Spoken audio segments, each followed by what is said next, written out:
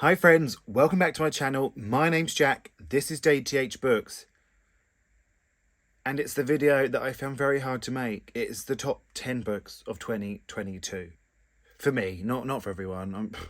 Who knows what everyone else is reading, but for me, this is it. Why did I say all that? Let's just carry on.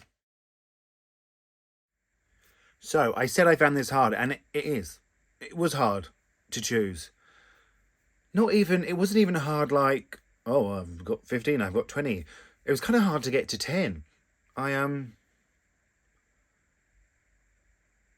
sort of had 9, and 9, so far away from 10, isn't it, 9? But I just couldn't quite get the last one, and I'm going to explain why, even though there is 10, because I had a little talk to myself. For me, a top 10 books of the year, and I don't know how anyone else judges their top 10 books, I don't know, but this is just how I decide mine, or my criteria. I have to be sort of enamored by them. I have to be moved by the beautiful writing on a devastating, devastating story, and just something like I couldn't have like a wholesome book in my top 10. You know, just something where everything goes right and it's all sweet and nice. I couldn't have that. But then I thought, well, other people do. I know they do. I've literally watched people's videos where they have that. And I thought, there's nothing wrong with that. So I've had to rethink how I handle my top 10. So the 9 are sort of from the first, how I used to think. And then the last one is a book that I just actually had fun with. Number 10 is a book I had fun with. So, did that make sense? Did I just ramble on? But I just feel like it needs to have moved me and floored me, and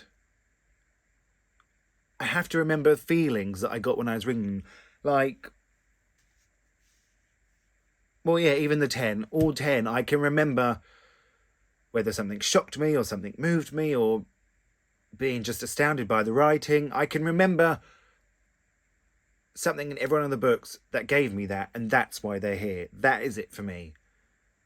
So I guess if, you know, next year I'm reading like sort of a wholesome book, or not wholesome, but yeah, I don't know. I can't think of the word I'm looking for, but you know, if a book just moves me, it's going to be considered. So I've had a little talk to myself, but even if I hadn't, these books were still in there. I absolutely have loved reading these books this year. So I'm going to start. So coming in at number 10 was, and I never thought this would be on here, but it is, The Priory of the Orange Tree by Samantha Shannon. Now there is a whole vlog dedicated to this book. It will be linked down below. But this sort of political high fantasy just did it for me, and I really didn't think it would. That's why I think this is on here, because I thought, oh, I'm going to struggle through this. And I couldn't put the bloody thing down, and I needed to because it was big and it hurt my wrists. But I just couldn't put it down. It just captured me from the first page. It really did. It had 4 points of view, which is perfect for me, especially when they were this different and separate, and I could get into each of them, and then when they all start connecting, that's my bread and butter. That is exactly what I like. And it had it all. And it had talking dragons, which I shouldn't have liked. I was like, dragons. And then they started talking, I thought, why do I feel so much for a dragon, a talking dragon? But I felt it. I just really was just captured by this book. There's no other way to say it. Or the world building. I'm excited to read the prequel that's coming out, which is going to be my first read of 2023. And I'm just excited to get back to the world. I was just in love with this world. Yeah, like, it wasn't perfect, like I said in the vlog. The ending didn't quite do it for me. It felt a bit rushed, but it was still a 5-star. It's still up there. It's number 10. It is number 10, friends. Now, number 9 is a non-fiction book. As you know, I've been reading one non-fiction book every month, and one I actually read 2, so I've read 13 this month. And I've read some brilliant non-fiction, but it is All Down Darkness Wide by Sean Hewitt. Now, I think it's always really special when a book captured something of your life, and this does just that. There are moments in this that when you grow up as queer and you sort of feel so alone, and somebody writes a book, well, a memoir about their life, and they're saying what you were thinking back then, it just makes you feel a bit less alone, because you couldn't have imagined someone else was feeling like you were feeling when you were young. And this book does just that. And I think even for this book, as you know, he grows up, we had very much sort of a bit of the same queer journey. So it just moved me. It made me cry, of course. Mostly all these books will have made me cry. Top 10 books that made me cry, that's what I should call this video. I'm not going to call it that, but that's what I should. And also, Sean has a book of poetry out called Tongues of Fire, and you can absolutely tell that this man is a poet. It is so beautifully written. Oh, that is a huge part of the reason why it's on here. It flows, it's lyrical. Oh, it's just heavy. So this is number 9. Just so moving, so heart-wrenching, and I'm glad it's on this list. Sorry if I've moved position, because of course somebody came to the door when I started filming this. Of course that happens. So now, number 8. This book featured on the sort of the halfway point of the year top 10 books. And it was at number 10, so it's moved up a bit. And I wasn't even sure it was going to make it on the top 10 of the half of the year, but now it's in my top 10 of the year. And it is Vagabonds by Elagusa Osonde. Now this is here simply because I sort of can't stop thinking about it. It just moved me so much. Like, I've even dog-eared where it made me cry, and I don't dog-ear. That's not who I am. I like my books in pristine condition. But it was just so beautifully written. And again, this is sort of, I guess the main narrator of this book is, I think it's the island of Lagos. Yeah, Echo, the spirit of Lagos. And then you meet people in Lagos that it's almost like short stories of them, but they also sort of kind of connect through this spirit that keeps an eye on them. And as I said before, that is my absolute bread and butter. But I can still remember reading this in the bath and just absolutely crying. It just captured queer love so beautifully. And not sort of, sometimes it was sad queer love, and sometimes it was joyful queer love, and sometimes it was passionate queer love, and sometimes it was sort of that longing and that, oh yeah, it just absolutely moved me. Like, I just look at this book and I remember being moved by it, and I keep thinking of it, which is such a good sign of a book. If you keep thinking of it I read this in January as well, so if you just keep thinking of it, it's a good sign. That's why it is on here. This is the proof cover. The hardback is red, so if you don't recognise it, that is why. But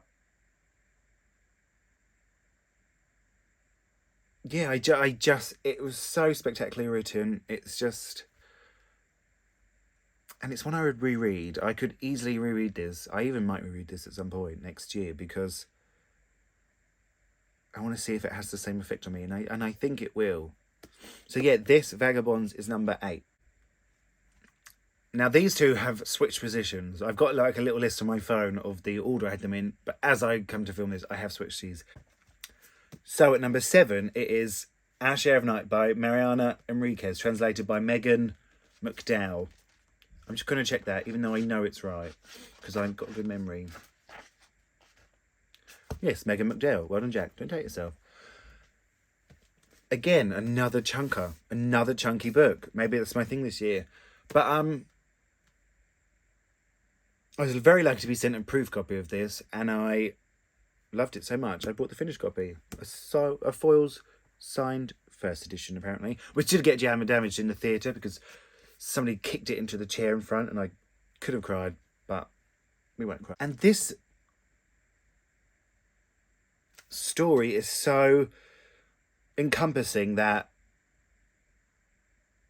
I couldn't not put it on there. For a lot of these books, they're here because I work with people that don't, well, sort of my two best friends, like the person I work opposite, and they don't read. They don't read.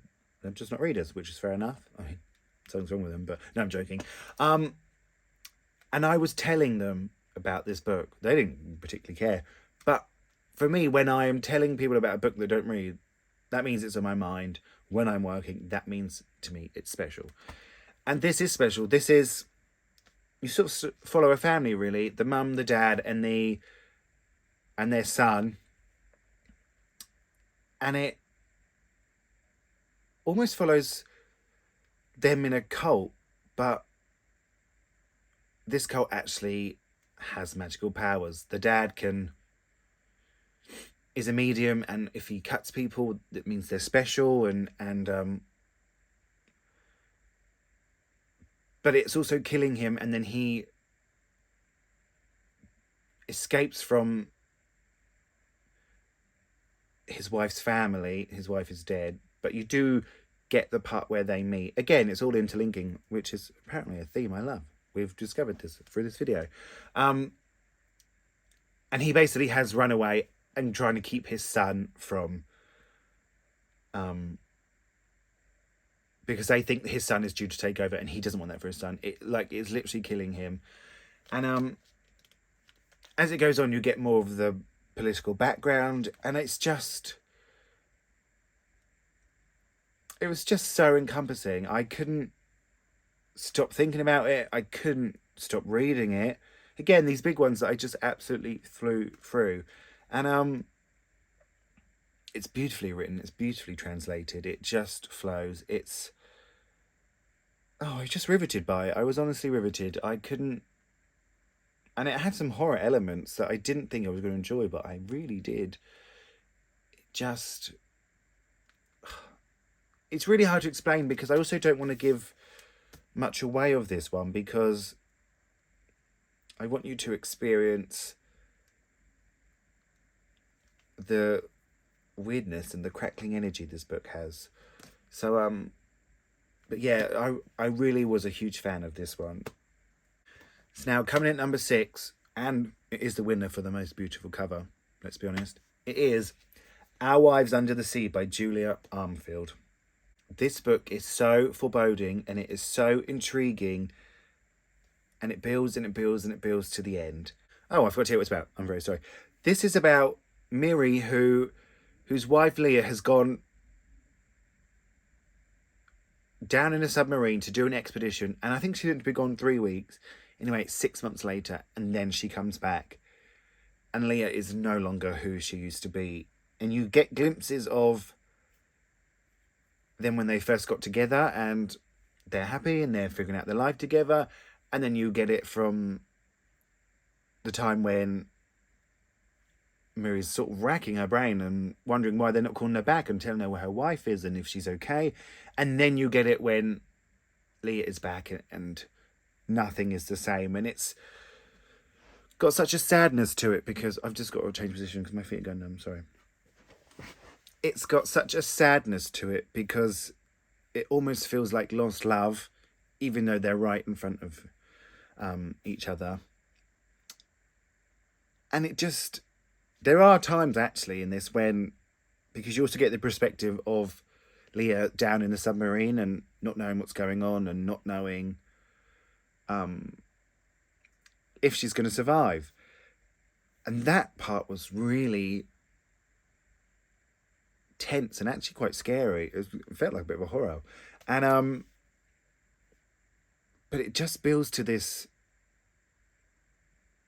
ending that is so strange, but works because it's beautifully written. That's why it works. And it can only work in a book, and it can only have been worked from somebody that is a talented writer, and Julia Armfield is a talented writer. It is just so... I know I keep saying all these books are captivating, but they are. That's obviously why they're on the list. But just look at the cover as well. Stunning. This is the UK cover. The US, I'm sorry, you didn't win the cover war. We did on this one. But I think about that ending so often. It was so vivid. It was so, I could just see it so clearly in my head. And it just made sense. And it was really quite sad, but it was also, in this way, really freeing.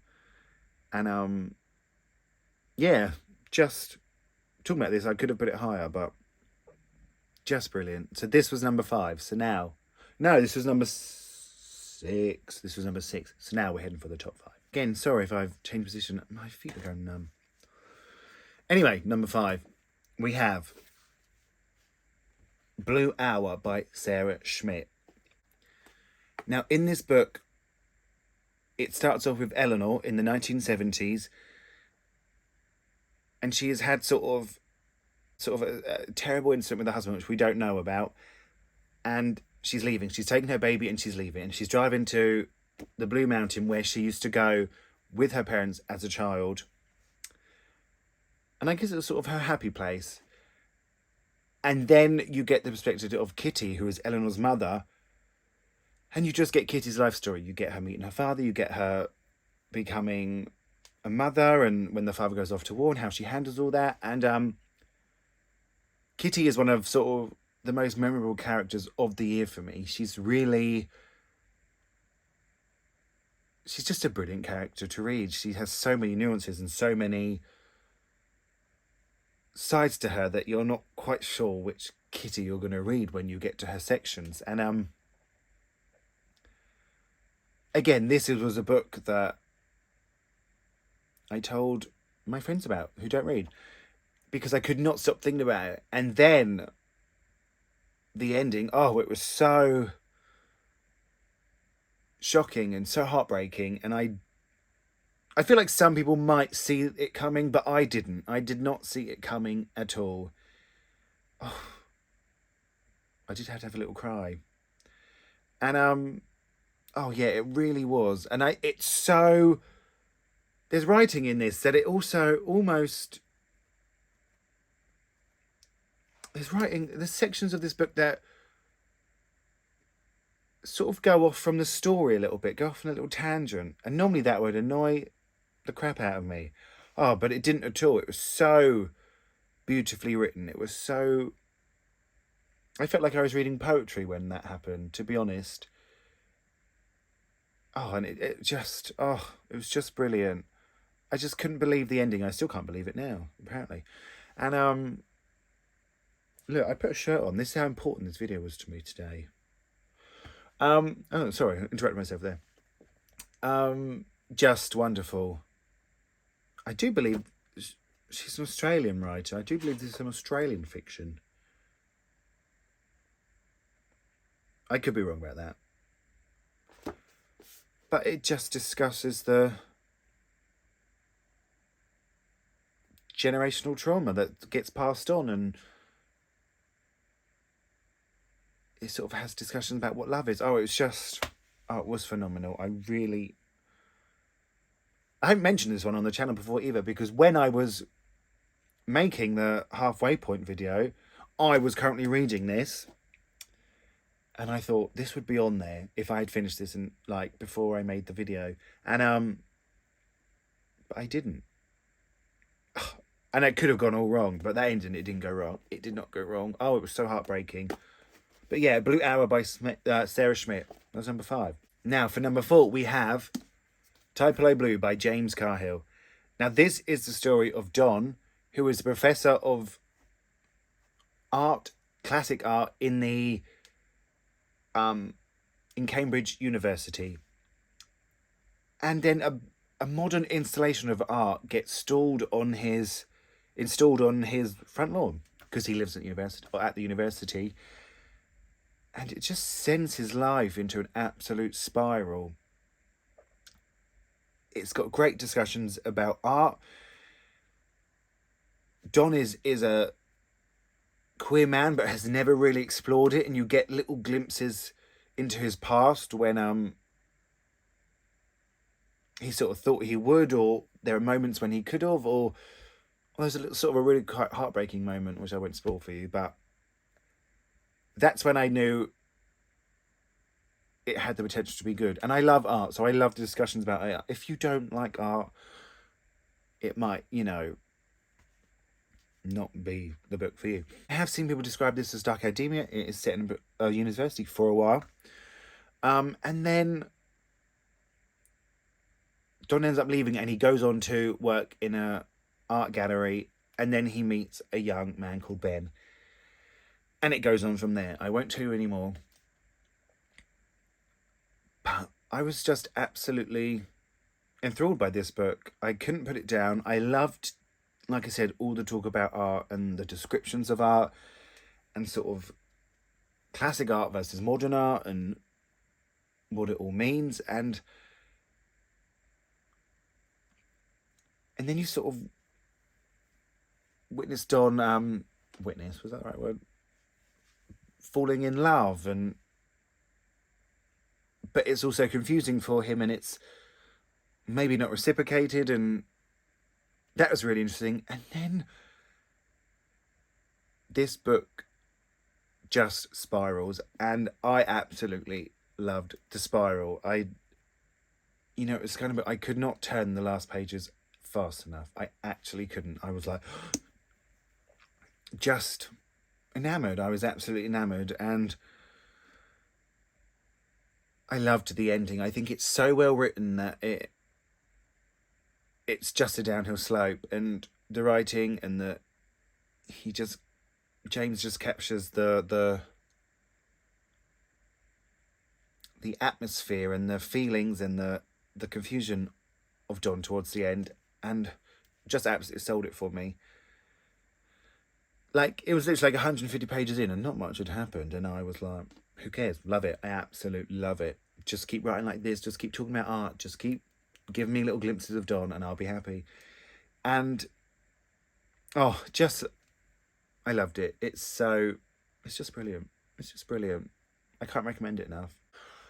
So now the top three. Now I have to say, these top three, they're so close to each other. I have ranked them, but I just loved all of them. I didn't want to swear on the channel, but I could have. So at number 3, we have Giovannis Room by James Baldwin. I literally feel bad putting this at number 3, but maybe I put it because it came out a long time ago, and maybe you've all read it and you might not have read the 2 new ones. That's maybe the only reason why. This is so... I don't know. I've had this a long time. I don't know why I waited to read it. I feel like a fool. This is so... It tells the story of David, who is a young American in Paris. And he meets Giovanni, who he ultimately falls madly in love with. But he has a fiancée who is in Spain. And then it becomes clear that she's coming home, and then David sort of has to make the choice of, does he stick with Giovanni or does he go back to the life he was always meant to have? And that description of this book is it's what happens, but it's too simple. It's so atmospheric, this book. There's a point where David and Giovanni are living together, and just in this sort of rundown room that Giovanni has. And the descriptions of the room are so bare from James Baldwin, but you can imagine the whole room. You can feel the the tension between in this room, and it was phenomenal. I can't believe I waited so long to read it. I know that I will reread this one. I absolutely know. People sort of keep talking about it on Instagram at the minute, and they like put quotes on the book, and I was like, I didn't get that quote. I didn't, but that's beautiful, but I didn't get it. So that's why I want to read it. I want to find all the, it's so beautifully written. It absolutely made me weep as well. Absolutely. It's just genius. It is so sort of sad and heartbreaking, and you just get the confusion of David and the longing from Giovanni, and you think, how can you get all this from such a short book? Because there's even like a 10-page introduction, but you just do. James Baldwin is a master. I have his other books now to read, and I will be reading them. Hopefully they don't let me down, but it's just brilliant. I don't know why there aren't like, I'm sorry if you can hear that dog. As I was saying, I don't know why there aren't special editions of this book, because I would buy them all. There needs to be like just stunning hardback special editions, because I want it. It is so good. I could almost stop this video now and reread it. Oh, and it made me cry. It just made me cry. It's exquisite.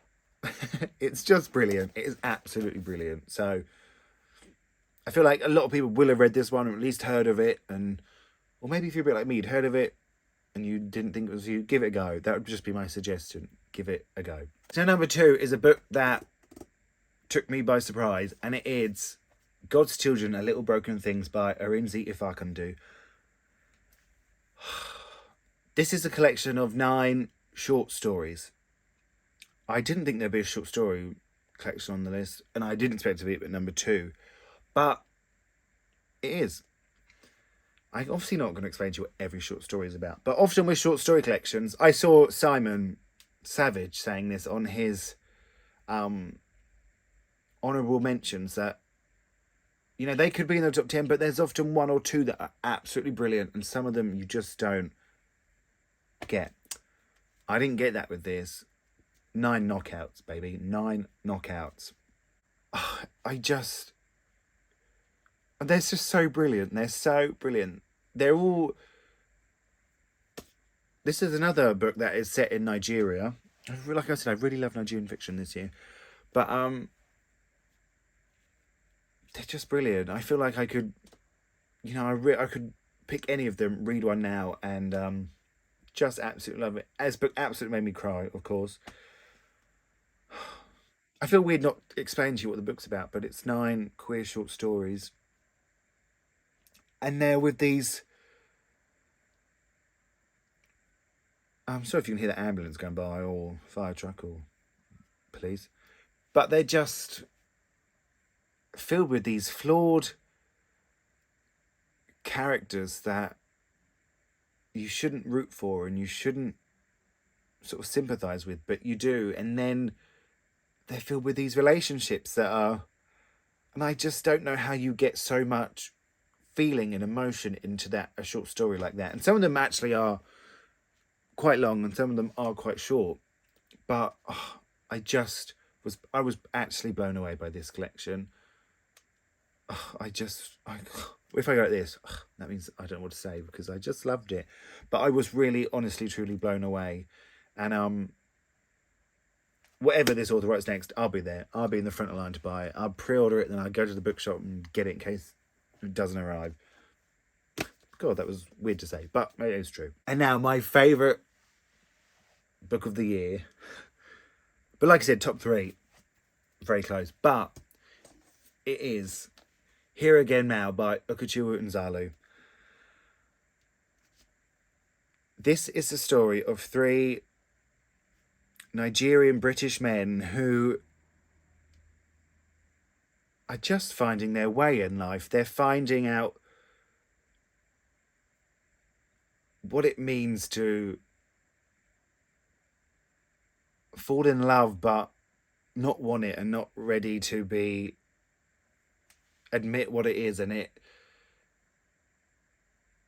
also deals with, well, one of them is one of the boys' father, and he is an alcoholic, and it also deals with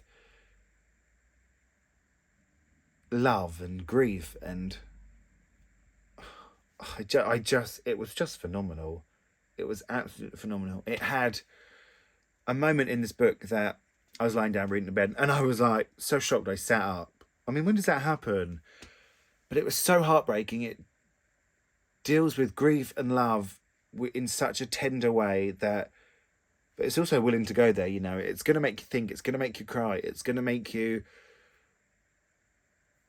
Oh, it's just. It was brilliant. It was the first book I read this year. I thought, because Okechukwu wrote The Private Joys of Nene Malone, and there was a part at the end. I loved the whole book. There was a part at the end where he just captured this moment between these two male characters that I hadn't even seen coming, but it was perfect. And I actually messaged him on Instagram, and I was like, oh, whatever you write next, I'll be reading. And then this was announced, and it was announced that, you know, it was a queer book, and it definitely piqued my interest. So I decided to read it as my first book of the year. And it's number one because it didn't let me down. How often are your expectations met and then some? You know, I was lucky enough to meet the author, and they told me they put their whole soul into the book, and I just got that. I got that when I was reading it. It's just a look at human emotions and just what it means to be human. It was brilliant. It was absolutely brilliant. And it also deals with race and what it means to be, you know, growing up British Nigerian, and it deals with, you know, family relationships, and it was just so good. And it deals with masculinity and the toxicity of it and the tenderness of it, and it was just, it was sad. It made me cry. It, you know, it's one of those books. It doesn't go the way you want it to go, but it couldn't have gone any other way. And the way Okechukwu explores it, it's just, I just loved it. I just loved it. I will read whatever this author writes. I just will. I'm just waiting for the next book to be announced. Just brilliant. I love this book. I've recommended it to everyone. I've recommended it to you all so many times. It was just it. It was just it. Oh, that should be a quote on the back, shouldn't it? It was just it. Yeah, well done, Jack. But that's number one. That is number one. So there you have it. My top 10 books of the year. So stressful. That was really stressful. And I don't think I did a very good job explaining them, but I want to explain them a bit. Go read them if you want to know about them, you know? I hope this video didn't let you down. But I'm really happy with my choices. Now that is a stack of books. It is a stack of books to be proud of. Well done to the people that wrote them and published them and designed the covers. Well done. I'm proud of you. If you've read any of these, let me know.